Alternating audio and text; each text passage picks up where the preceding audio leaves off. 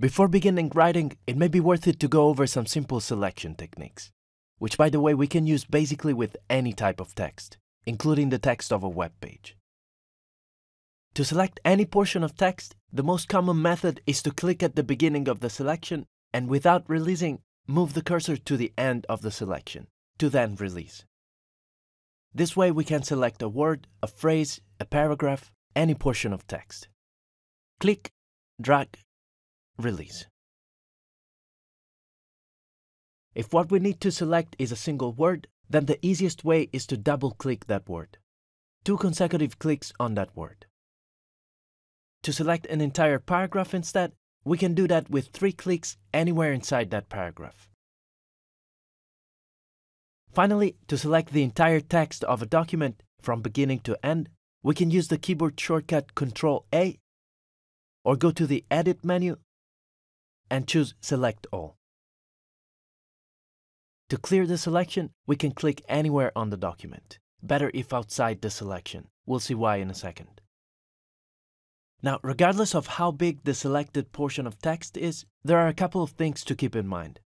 The first is that when we have some text selected, if we start typing intentionally or sometimes it happens accidentally, the selection is automatically deleted and replaced with whatever we're typing.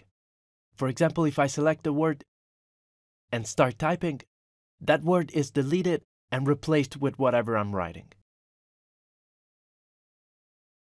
The second thing to keep in mind is that when we have some text selected, if we click the selection and drag the cursor, this too can happen intentionally or accidentally, we move the entire selection.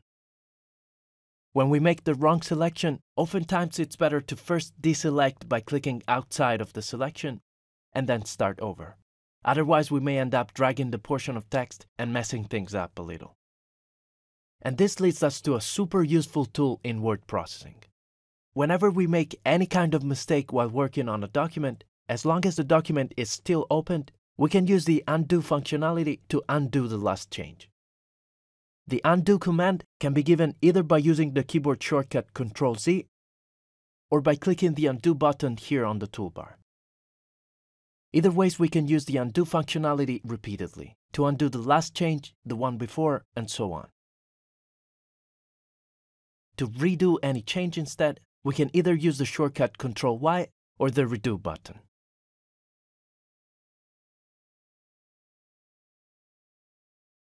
Okay, after this brief overview on selection techniques and some editing functions, we're ready to begin writing our document. Let's do that in the next video. Hi, thanks for watching. If you have any comments, questions, or just want to say hi, please drop me a line in the comment section below. I'm working on a series of videos for people who don't know how to use the computer very well. So please share these videos with relatives and friends who you think may find them informative. Also give it a thumbs up if you can, that always helps. That's all for now. I'm Albie. Take care.